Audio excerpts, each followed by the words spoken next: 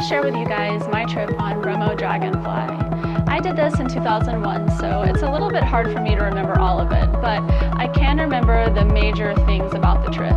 I started tripping, it may have been 5 or 6 o'clock in the evening. What I do remember is that it was still light outside, and the entire night passed by, and an entire next day passed by, and it was dark again, and I don't know exactly what time I really started coming out of it, but I know that it was dark again before I was sobering up and coming down off the peak.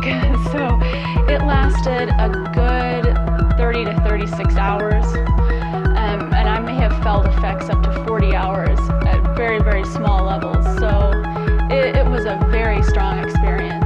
One of the themes throughout the trip was that time was just spiraling out of control, and I felt really nervous about it because I had never went on a trip that lasted this long before, and to this day this is the longest trip I took off of just taking one single drug. A lot of times I've tripped for several days, but I would have taken other drugs to keep the trip going basically. But with Bromo Dragonfly, I was able to trip for a really, really long time on it, and the visuals were really crazy and interesting, but it wasn't like so psychedelic. Like I wasn't reaching the Godhead in my trip, or really even the collective unconscious, but I was having visual distortions. But the sense of time was the most prevalent like experience about the whole thing to me, because I would look at clocks throughout this experience, and the hands of the clocks would go really, really, really fast. You know, like if you see in the movies how, you know, hands of the clock will speed up, like if they're doing like a, you know, speeding up time basically. You know, like you'll watch a movie and they'll make the sunrise and sunset really fast. Well, every time I went to look outside, that's what it was doing. And so it felt like my sense of time on the trip was like expanding throughout the entire trip. So it's like I was experiencing these, like, you know, being in the dark and being in the daylight and then being in the dark again, which was reality, you know, of my trip. But like for some reason, every time I would walk outside, I would like instantaneously see the entire trip that I was having, like right before my eyes, like in an instant. And so like the sun would go up and down and the trees would move, birds would fly by real fast, you know, just like like time was sped up super fast. And so I'd walk back inside and I'd be like, oh my God. You know, and I'd open the door up again and it'd do it again, you know. And so at the time I was like, oh my God, I've tripped for like 2 years, you know. But I came down and it really was only like 2 days. But that was one of the things that I remember the most, and it was really disconcerting when it was happening because I just thought I would never ever come down. And about the last half of the trip, I started feeling like I was having chest pains, and I would have pains go all the way down my right arm, and it was throbbing every time my heart would beat. And that made me real nervous, but I wasn't like having an anxiety attack or feeling like anxiety, you know, a fear-ridden trip or anything. Honestly, it felt like it was a side effect from the drug that I was taking, but I've never really experienced that type of chest pain during any other trip, and I've never experienced it during my regular, you know, consciousness state.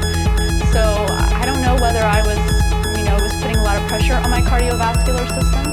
Like maybe my blood pressure was up really high. I don't know, I wasn't able to test that during the experience.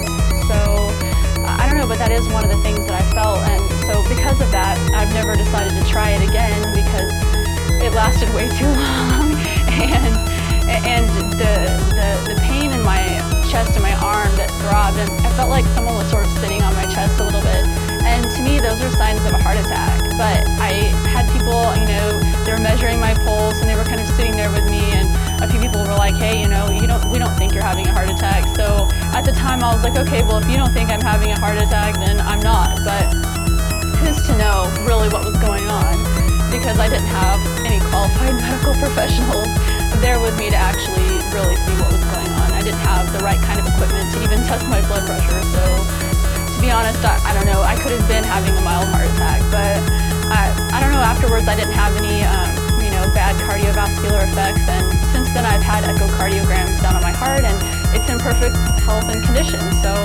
who knows what I had and what I experienced during that trip. But that's one thing to keep in mind with research chemicals, is that we don't know, there's not enough research to show what exactly they will do to the human body and what side effects will occur. And so whenever a person goes and does a research chemical, they're sort of going it blind and hoping that everything will turn out okay.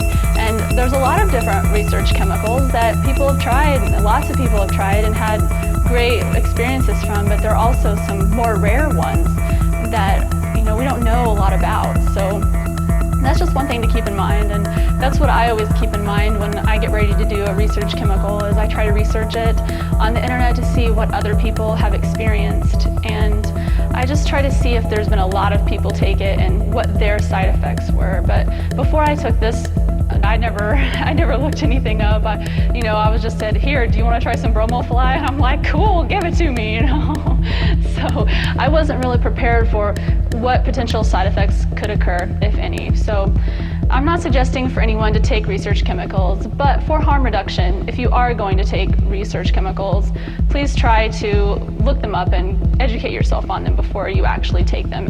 If you guys have tried Bromo Dragonfly, I'd love to hear your guys' experiences with it and see if anyone else had the strange side effects I did or the weirdness with time that I did.